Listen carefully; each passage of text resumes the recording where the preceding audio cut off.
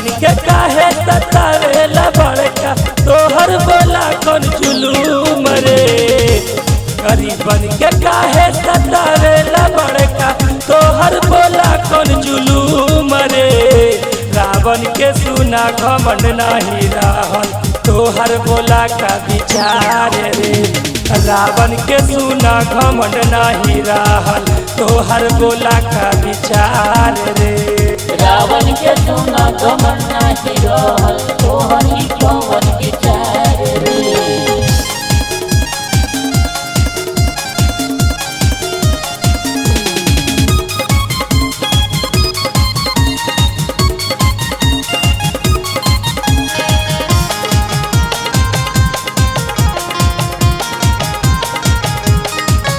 अपने आप के बुझला रंगदार हीरो पेन्हला तू नया कपड़ा फिर भी लगला जीरो।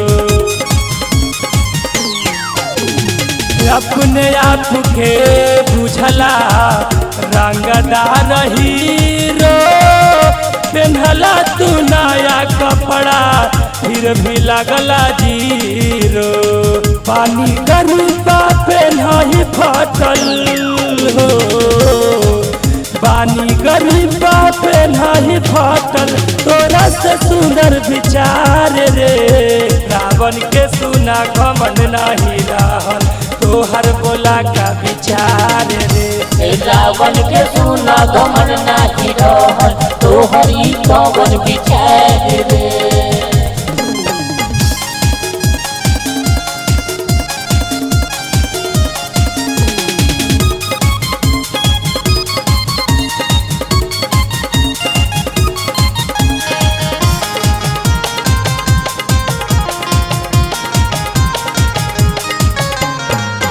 कमजोर कन के देख के हंसही आ करही बुराई आ गलती न रहे फिर भी कहीं जेल भेजाई।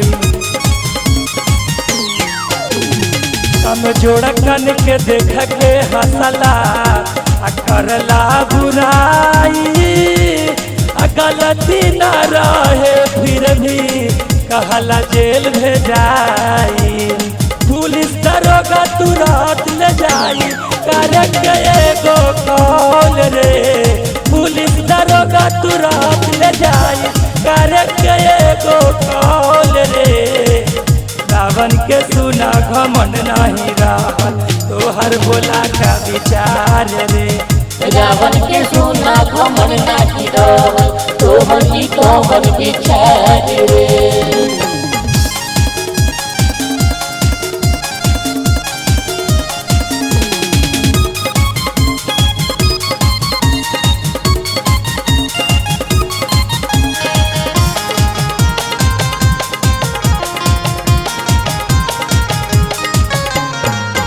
प्यारे लाल दीनी के गलती कहल दुश्मन सारी फिर भी ना डरलन देलन झंडा गाड़ी।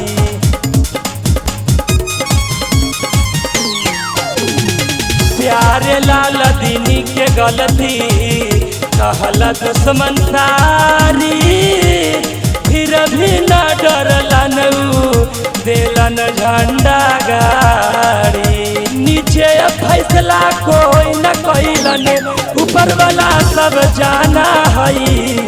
रावण के सुना घमंड नहीं रहल तोहर बोला का विचार रे। रावण के सुना घमंड नहीं रहल तोहर कौन विचार रे।